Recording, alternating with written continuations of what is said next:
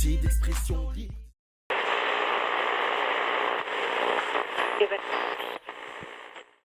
Pensez-vous que le numérique peut aider l'environnement ou à l'inverse, accentuer la crise environnementale ? Ça crée beaucoup de pollution. Les mails déjà. Tous les téléphones recyclés, ils sont pas vraiment recyclés, ils sont jetés et ça fait du plastique partout et tout ça.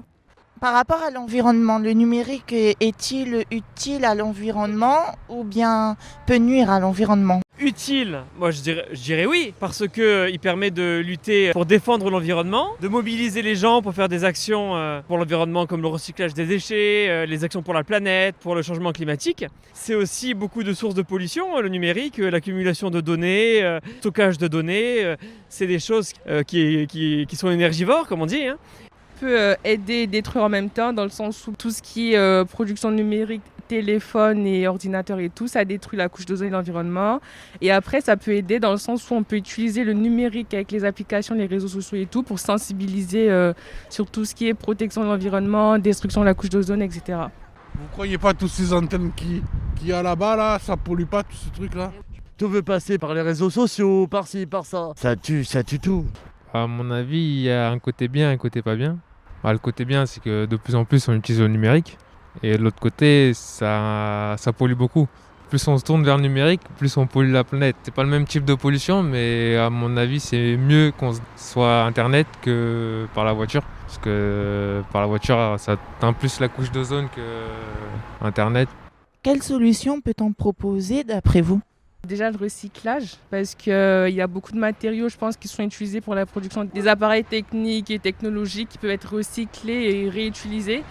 Les solutions, je pense que ce serait l'éducation justement, pour notamment les jeunes évidemment, à l'école et puis même tous les citoyens, parce que vu que tout ce qui est outils numériques c'est quelque chose qui est relativement récent au point de vue de l'histoire contemporaine, tous les jours il y a des gens qui découvrent les outils numériques, je pense notamment aux personnes âgées qui commencent à s'y mettre, et donc c'est eux aussi, il faut un peu les sensibiliser à ces questions, donner aux citoyens les clés, les moyens de comprendre comment on peut se renseigner pour savoir si les outils qu'on choisit sont plus ou moins respectueux de l'environnement. Moi, pour ma part, il faut réduire notre consommation de Internet, de tout ce qui est électronique. Il est ennemi de la nature. Les technologies enlèvent le travail à l'être humain. Le numérique rend un peu idiot les jeunes. Ils croient que tout est dans le numérique alors que ce n'est pas vrai du tout. On nous introduit la 5G alors qu'on ne connaît pas les conséquences des radiations de la 5G, ce qu'elle provoque au cerveau. Mais on nous dit que c'est obligé, c'est comme ça, c'est la nature des choses. Il faut que tous les êtres humains sur Terre réagissent un peu à tout ça.